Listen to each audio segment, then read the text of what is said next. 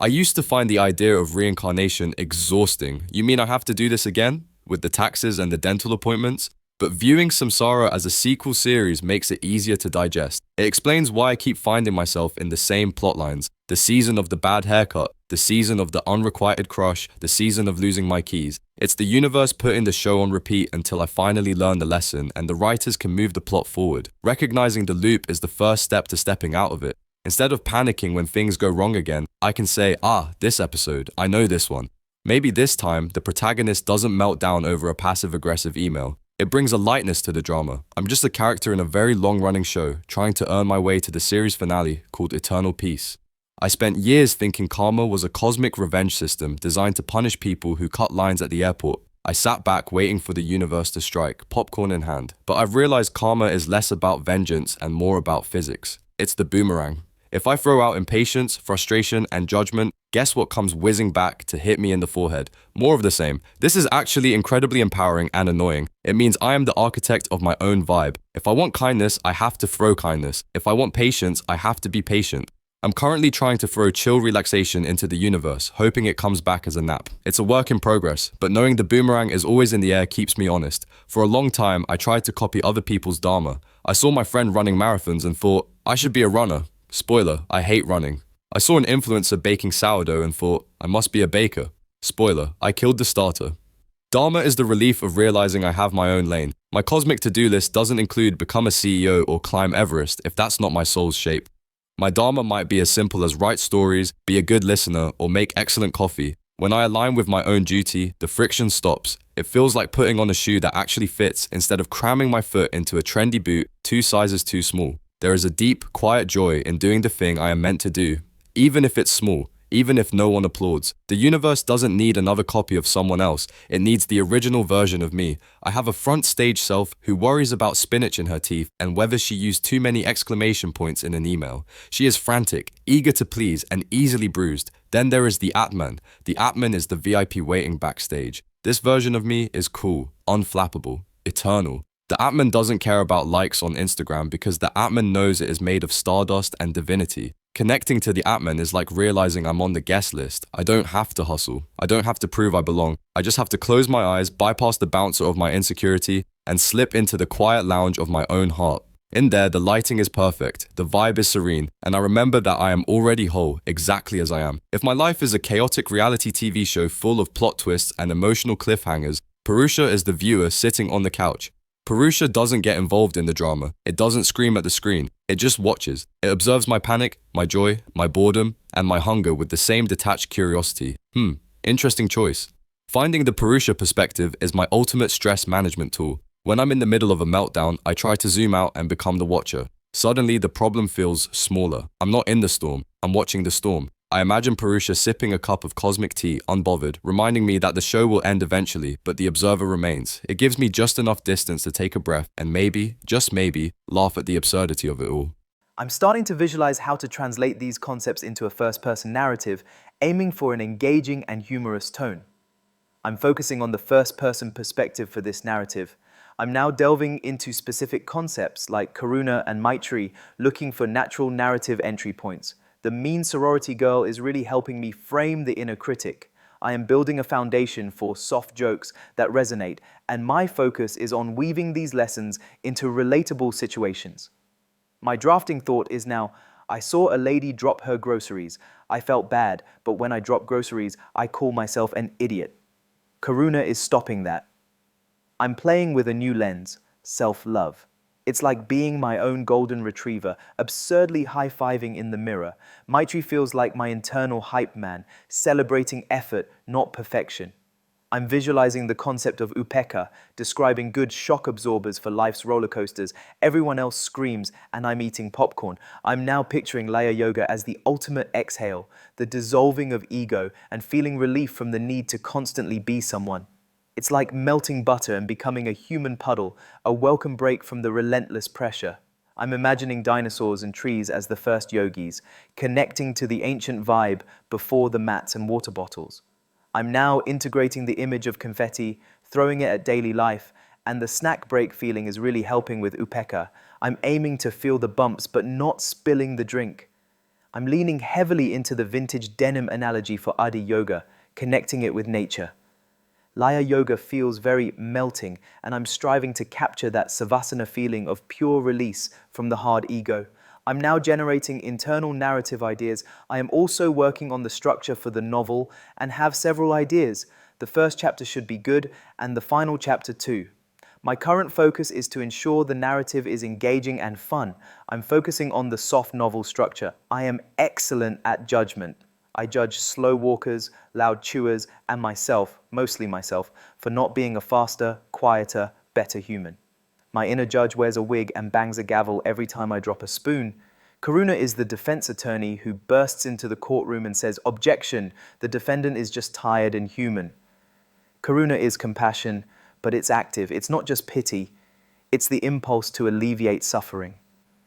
When I practice karuna towards myself, I stop the trial.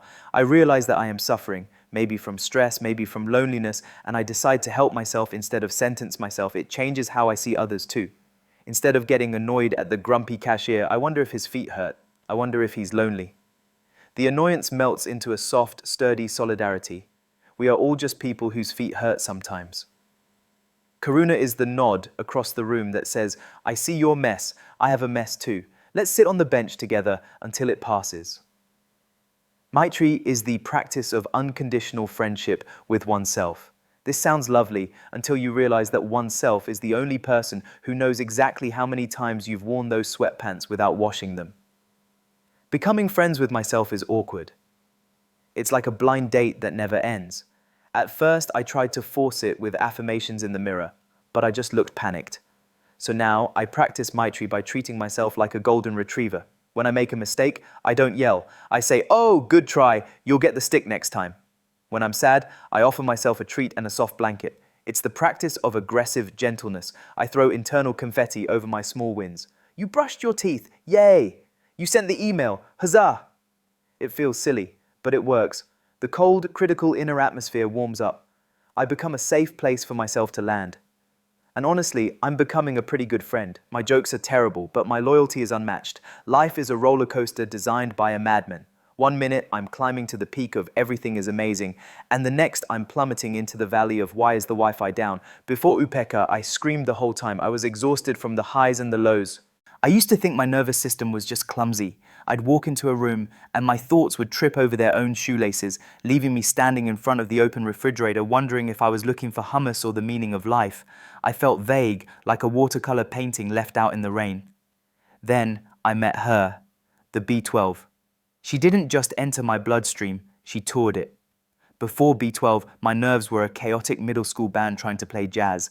After my daily sublingual tablet dissolver under my tongue, tasting faintly of cherry and hope, everything tightened up. It was as if Beyoncé herself had walked onto the stage of my myelin sheaths, snapped her fingers and told my neurons, "Okay, ladies, let's get in formation." Suddenly, my fingertips stopped tingling with anxiety and started tingling with purpose. My mood, previously a slow ballad of confusion, picked up a beat. I wasn't just existing anymore, I was choreographing my way through the afternoon slump. There is a specific kind of tired that feels less like sleepiness and more like gravity has developed a personal vendetta against you. That was me. I was eating bowls of spinach the size of small shrubs, yet I felt like a Victorian ghost drifting through the hallways, too exhausted to even rattle a chain. I learnt the hard way that plant-based iron is a bit of a diva. It's the non-heme variety, which sounds like a rejected indie band, and it refuses to perform unless the lighting is perfect. In biological terms, it refuses to enter the bloodstream unless escorted by vitamin C. So, I started playing matchmaker. I introduced my lentils to a splash of lemon juice. I set my kale up on a blind date with sliced bell peppers. And it worked. The iron, seeing the vitamin C, finally decided to show up to the gig. It was like the heavy metal guitarist of my metabolism finally plugged in his amp. The concerts in my cells sold out. I stopped napping at 4 p.m.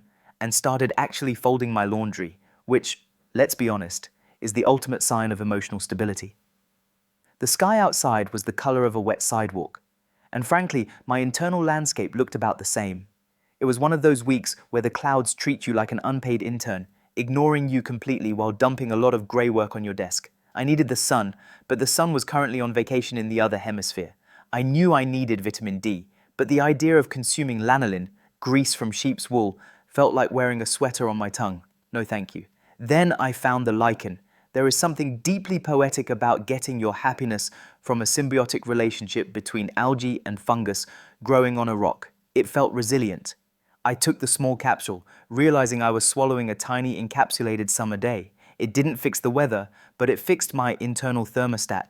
The gloom lifted just enough for me to realize that while I am a houseplant with complicated emotions, I am a houseplant that is technically thriving. 3 o'clock a.m. is a dangerous time for a vegan brain. That is when the emo poetry starts. Without enough healthy fats coating my neurons, my mind would slide down a slippery slope of existential dread, wondering if my cat truly respected my career choices or if I should move to a yurt. Everyone told me to take fish oil, but I didn't want to burp up the taste of a disappointed trout. Plus, I learned the secret. Fish don't make omega-3s, they just eat the algae that makes it. They are the middlemen of nutrition, and I am all about cutting out the middleman. I bought the golden algae oil. It was pure, plant-based brain lubricant. Within a week, the 3 o'clock a.m. poetry slammed shut. My synapses felt greased and efficient. The gossip between my brain cells switched from dramatic whispers about doom to productive conversations about where I left my keys. I felt calmer, sharper, and significantly less likely to write a haiku about loneliness on a Tuesday morning.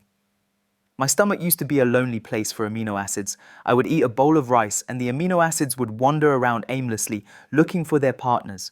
I'm analyzing the request and pinpointing my focus, taking items 6 to 10 from the previous vegan nutrient concepts list.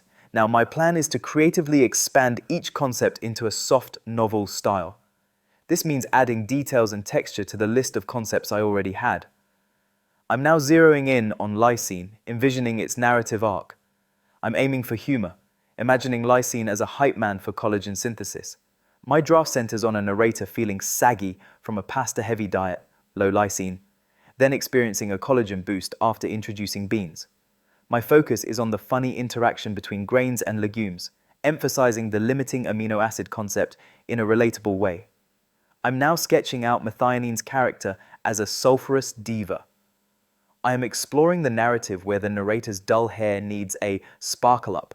I plan to highlight the connection between methionine from Brazil nuts or sesame seeds and feeling rejuvenated, playing on the stinky but glamorous aspect. I'm focusing on the contrast between the high-maintenance diva aspect and the positive results. I'm now diving into the details of iodine and calcium. With iodine, I'm finding the buffering metaphor quite strong and plan to center my narrative around that. For calcium, the focus is on a deeper narrative, exploring the emotional connection to bone health and the difference between calcium sources. I plan to use the idea of ghosting to illustrate the narrator's worries about bone frailty and how algae-based calcium can provide moral support. I'm now iterating on my ideas, focusing on bone health.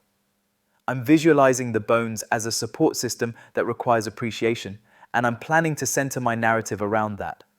I am also working on refining the soft, gentle tone, and the humor will be self-deprecating but kind. I'm imagining lysine's hype man and methionine's sulfurous diva with more details. I'm building on zinc's club bouncer persona within the immune system and iodine's tech support role for the thyroid. I'm now zeroing in on calcium, expanding on the ghosting metaphor for bone health, especially the emotional aspect. The focus is on the contrast between needing bone support and how algae-based calcium feels different from rocks. I'm aiming for a sense of aliveness and creating the narrative around the fear of bone frailty. I am planning to highlight the psychological benefits, not just the physical. For a long time, my diet was a love letter to wheat. Bagels, pasta, toast. I was living in a beige carbohydrate palace. But physically, I felt deflationary.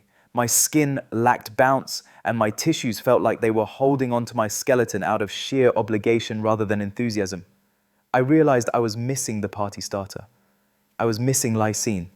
Lysine is the hype man of the protein world. While the other amino acids are standing around awkwardly checking their watches, lysine grabs the microphone and screams, "Are we making collagen tonight or what?" I started incorporating lentils and quinoa, bringing the lysine back into the mix to balance out my grain obsession. Almost immediately, the internal group chat lit up. My body stopped, leaving me on red. I felt a new structural integrity, a sort of bouncy resilience against the world. When I smiled, my skin seemed to snap back with a "you got this" attitude. It turns out you can't build a temple or a functioning face without the guy who knows how to lay the foundation. I looked in the mirror one Tuesday and realized my hair looked less like a crowning glory and more like a houseplant that had given up on the will to live. It was dull. It was apologetic. My fingernails were chipping if I so much as looked at a zipper. I needed a diva. I needed methionine. Methionine is high maintenance. It contains sulfur, which means chemically it's related to rotten eggs and volcanic vents. But like any true diva, you put up with the drama because the performance is spectacular. I reached for the Brazil nuts and sesame seeds, the VIP lounge where methionine hangs out. She swept into my system wearing a sequined gown and demanding a spotlight. "We are going to shine," she whispered to my follicles, "and we are going to do it with attitude." Slowly, the luster returned. My nails stopped breaking and started looking like they could tap dance on a mahogany table. Here is the next installment of our nutrient narrative, continuing the journey into the internal world of feelings, physiology, and legumes. For a long time, my diet was a love letter to wheat. Bagels, pasta, toast. I was living in a beige carbohydrate palace, but physically, I felt deflationary. My skin lacked bounce, and my tissues felt like they were holding onto my skeleton out of sheer obligation rather than enthusiasm. I realized I was missing the party starter. I was missing lysine. Lysine is the hype man of the protein world. While the other amino acids are standing around awkwardly checking their watches, lysine grabs the microphone and screams, "Are we making collagen tonight or what?" I started incorporating lentils and quinoa, bringing the lysine back into the mix to balance out my grain obsession. Almost immediately, the internal group chat lit up. My body stopped leaving me on red. I felt a new structural integrity, a sort of bouncy resilience against the world. When I smiled, my skin seemed to snap back with a "you got this" attitude. It turns out you can't build a temple or a functioning face without the guy who knows how to lay the foundation. I looked in the mirror one Tuesday and realized my hair looked less like a crowning glory and more like a houseplant that had given up on the will to live. It was dull. It was apologetic. My fingernails were chipping if I so much as looked at a zipper. I needed a diva. I needed methionine. Methionine is high maintenance. It contains sulfur, which means chemically it's related to rotten eggs and volcanic vents. But like any true diva, you put up with the drama because the performance is spectacular. I reached for the Brazil nuts and sesame seeds, the VIP lounge where methionine hangs out. She swept into my system wearing a sequined gown and demanding a spotlight. "We are going to shine," she whispered to my follicles, "and we are going to do it with attitude." Slowly, the luster returned. My nails stopped breaking and started looking like they could tap dance on a mahogany table. Sure, methionine smells a bit funky in the chemistry lab, but in the mirror, she is pure disco. My boundaries used to be terrible. Physically and emotionally, I had an open door policy. A cold virus would knock gently, and my immune system would say, "Come on in, make yourself comfortable, stay for 3 weeks." Stress would tap on my shoulder, and I'd immediately spiral. I was lacking security. I was lacking zinc. Zinc is the bouncer standing at the velvet rope of my well-being. He wears a tight black t-shirt and crosses his arms over his chest. I started taking a zinc supplement with a little meal because he gets nauseous on an empty stomach. Even bouncers have sensitive tummies. The change was palpable. Now, when a germ tries to enter the club, Zinc checks the clipboard and says, "Sorry, you're not on the list, not tonight." But more importantly, he manages the crowd inside. When my anxiety tries to start a mosh pit, Zinc steps in. "Hey," he says, his voice a low rumble of mineral authority. "Calm down. Feelings of zen only in the VIP section." Finally, my internal nightclub is a safe space. There are days when you feel like a video loading on 1998 dial-up internet. You move a limb and it buffers. You try to think of a word and the little spinning wheel of death appears in your mind's eye. I checked my connection and realized the problem wasn't my coffee intake. It was my thyroid. The router was unplugged. I had been ignoring iodine. I switched to fancy pink salts that, while aesthetically pleasing, had no iodine, leaving my thyroid trying to broadcast a signal with a tin can and a string. So I bought some Dulse flakes, dried seaweed that tastes like the ocean's bacon. I sprinkled it on my avocado toast, sending a direct telegram to my thyroid gland. "We are back online," the message read. The difference was high definition.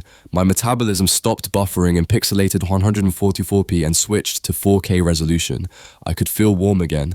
I could think in full sentences. I was finally receiving the Wi-Fi signal of my own existence. I woke up one morning and looked in the mirror, only to realize my face was suffering from structural ennui. My skin wasn't sagging exactly, it was just lounging. It looked like a sofa that had been sat on too many times. I realized the collagen scaffolding was taking a nap. Since I couldn't just borrow collagen from a cow, I had to hire a construction crew.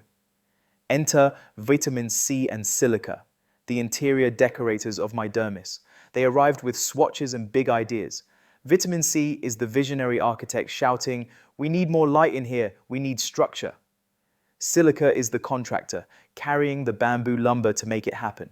Together, they didn't just patch the cracks, they renovated the whole vibe. Now, my skin feels like a mid-century modern home, structurally sound, open concept, and with excellent feng shui. I touch my cheek and feel the elasticity of a well-built house, one that isn't going to crumble just because I frowned at an email. My knees have always been a bit vocal. For years, walking up a flight of stairs sounded less like exercise and more like a rhythm section warming up. My joints were basically playing crunchy maracas, performing a salsa beat of inflammation with every step. It was embarrassing to try to sneak up on people when my ankles were announcing my arrival like a town crier. I needed a mediator. I needed the joint whisperer. MSM is a sulfur compound which sounds intense but is actually a gentle therapist for cartilage. I started taking it and it sat my knees down for a serious talk. "Listen," MSM whispered soothingly, "you don't have to scream to be heard. You are loved. You are lubricated." Slowly, the percussion section quieted down. Now I glide through life with the stealth of a ninja, or at least a very quiet librarian. My knees and I are finally on speaking terms rather than shouting terms. I went through a phase where I felt beige. Not the chic minimalist beige, but the cardboard box left in the rain beige. My hair was lackluster and my nails were about as strong as a wet napkin. I needed sparkle. I needed a reason to celebrate. I needed silica, derived from bamboo. Bamboo is the party animal of the plant world. It grows 3 feet in a night just because it can. Ingesting silica was like tossing a handful of mineral confetti into my bloodstream. It turned my maintenance routine into a gala. "Every strand of hair gets a balloon," Silica shouted. "Every fingernail gets a glow stick." It's a constant state of internal festivity. My nails are now strong enough to open a soda can without fear, which is the modern-day equivalent of wielding a sword. I feel resilient, shiny, and ready to party, even if the party is just me watching Netflix in pajamas. My brain and my muscles used to have a terrible communication breakdown. My brain would send a text saying, "Okay, let's lift this box," and my arm would receive a text saying, "Spasm uncontrollably." The signal was getting lost.